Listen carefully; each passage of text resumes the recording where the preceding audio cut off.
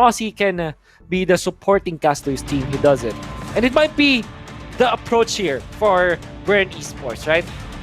I had to make that introduction because that's the way for us to understand completely what BREN Esports wants to make out of this Gusion. It has execute, peak performance. Goodness. This guy is gonna deal the damage, doesn't have to be the carry for BREN Esports, but he's gonna be on a supporting role, Reptar. Nevertheless, we've talked about a bunch about BREN Esports. BREN BSB, however, I think their draft is solid. I mean, I won't blame you if you side on BSB on this one when it comes to draft. It's so holistic. View. Okay, so yeah, that's an invade, quote unquote. Yeah. How about you, Reptar? So far. Oh, by the way, what an invade! Show me the money. Yeah, great invade by both teams right now, just applying the pressure. And yeah, draft-wise, if you remove the name of the teams there, everyone's just gonna go, that's a BSB game, definitely, for sure. Yeah. But you have to really look into the players and how they play their roles and these heroes, which is why, despite all of this craziness coming in from the BREN lineup, you want to give them hope. And look at that, they get to cash out people with a arrow.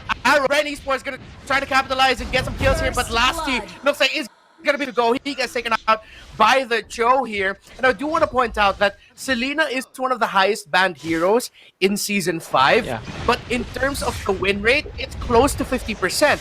Because Selena games are highly dependent on the arrow lands. If the Abyssal arrow can land, Selena's gonna have a good game. If not, no. And it really tells a lot about how the Selena now, or maybe the state of players now, the fact that it's a 50% performance, that means that it's really dependent on who's using it. The question is, can you have a really good Selena game to sort of, how do I say this, to tell everyone, hey, my Selena first pick was a great idea. Meanwhile, while I was that, BREN Esports were able to get kills around the map, able to trade immediately 2 kills in favor of 1 of BSB. Wow, that's what we missed about Gusion, right? That the burst potential, that even the Grock, level 3 Grock will really be taken out by a level 4 Gusion. Just the raw amount of damage. Not even gonna have to use the execute, right? Not even needing it.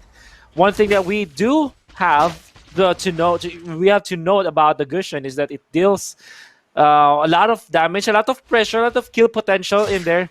Maybe the only difference is that it is very squishy. So that's the only thing that you have it. And it's very buff dependent as much as it is noble dependent. So if you missed your timings with your buffs and your kills, you will really struggle with the Gusion. But this is BREN Esports. They know exactly how to utilize this. And look at how they are taking over the map just by sheer amount of wave clear.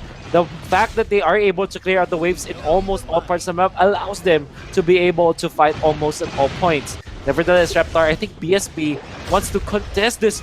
No, but there's BREN Esports from the backlines, jumping from the Gusion, and they do jump in all together. Actually, the burst down. Grock is gonna go down. 2 down from the side of BSB. There's the control onto the Hellcurt, but Trevor cannot fight.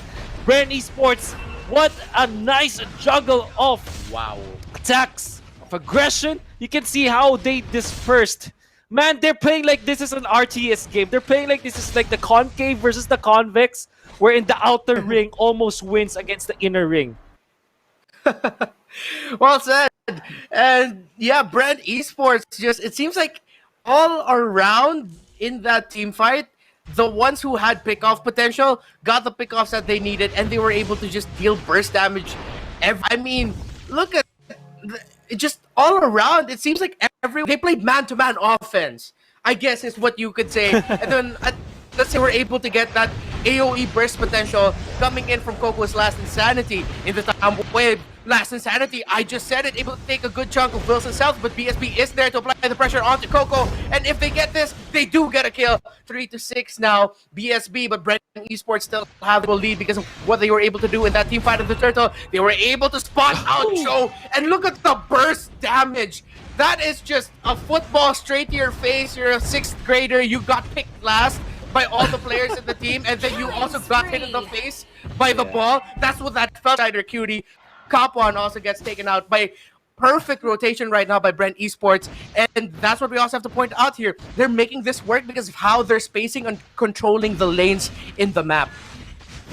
Oh, there's the execute. Not gonna get a kill reload there to kind of help Few not be shameful what he did. Because I'm sure that if you use execute enough, you'll know what they're gonna kill. There's the Dark Knight boss though. Last Insanity gonna be popped. There is a good one charge, but not enough for BSB to salvage this fight. They lose two. They lose the third one. It's the Grock boss of Few. Nice counteract from Shiner Cutie. But they will eventually lose 4 in total. BSB, they can't just match the damage output of BREN Esports in the early game. But this time, man, everybody's online on the side of BREN Esports. And wow, this lineup is just working to perfection. Everyone has single target burst potential and pick off. And then they also have the last insanity for the end of, well, technically, once Gushin goes in for the recall blades, it's sort of AoE as well. But this is just working out perfectly for BREN Esports. Look at the damage Cap1 just took from last year's Jawhead. That was a one-on-one, and the level and resource right now is so glaringly obvious that I won't be surprised if the BS won't even go for the contest here, and they don't. They were just like, you know what, fine, let's just give it to BREN.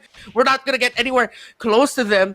And wow, I don't know what to call this lineup BREN brought out here. It's like, it's chaotic, but it's controlled chaos, chaotic neutral. I don't know. It's everywhere, but it's also just so rare. Dude, this is crazy what we're seeing from BREN. Very crazy. Like I said, the Imaginarium of Ducky. We can see now that this lineups can be pulled off. Oh my goodness, now the stun connects onto the Thams, and obviously you're gonna die. Not even gonna need the execute against Wilson, who popped his vengeance in hoping that he will, and ultimate in hopes that he will survive. Fortunately, it wasn't. Yeah, BREN Esports, you know what?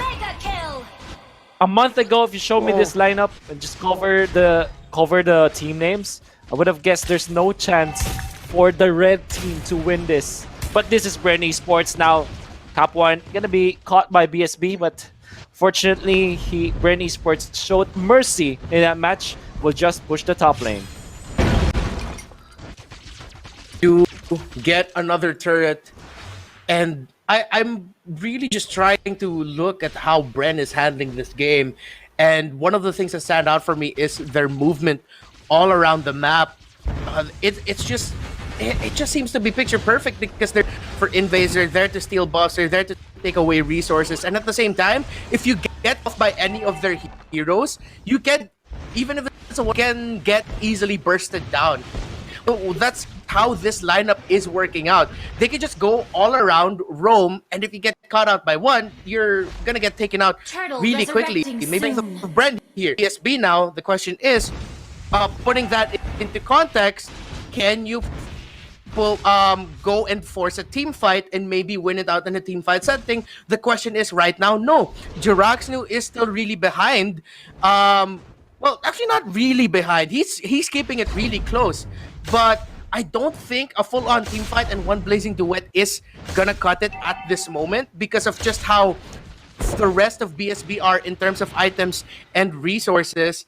You do have to commend Jiraxnu and BSB that they are keeping this Claude really, really close. But look at that Hellcurt, 7.5.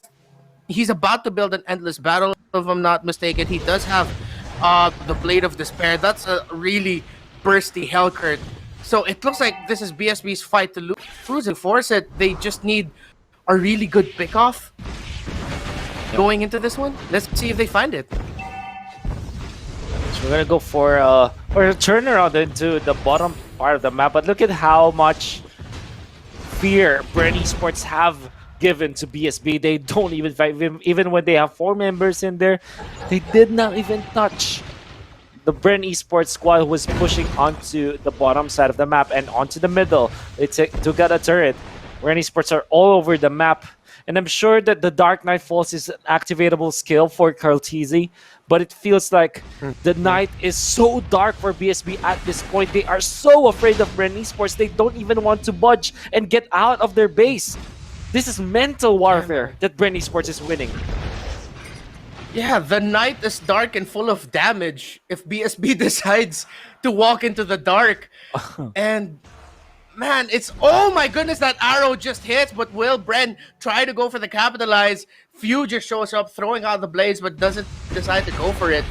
And this is also BREN at the same time respecting the possible team fight turnaround BSB can have if they decide to go for it. They do get a pick off on Coco. That's a 2-on-1, but Coco is barely taking any damage. Faraga armor not even taken down by that Cho. That's really bad side if you're Shatter QT BSB. The fact that you can't win a 2-on-1 soon. This is how afraid they are. I'm telling you, if it was another team that's not afraid of BREN esports, they would have taken that. And maybe they are wrong because they might be baited by BREN esports, but you can see how mentally damaged BSB is because of what BREN esports did in the early game.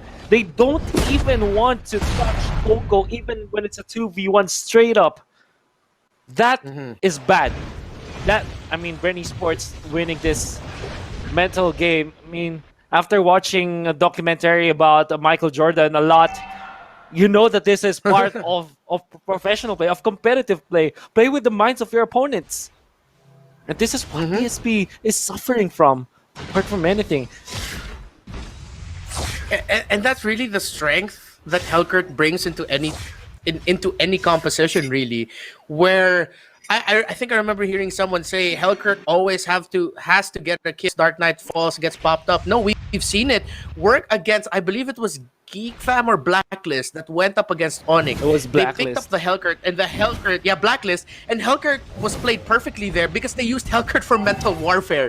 Not all the time they were able to secure a kill, but they were able to secure something. Now, BREN esports looks like they are going to be securing that top lane turret. They might even get more with the Lord barely taking any damage. BREN esports taking a lot of damage now, though, from BSB. BSB not giving up this fight. They are going to try to go for this, but BSB able to defend this out. Will they bite, and will they continue going to chase BREN esports out?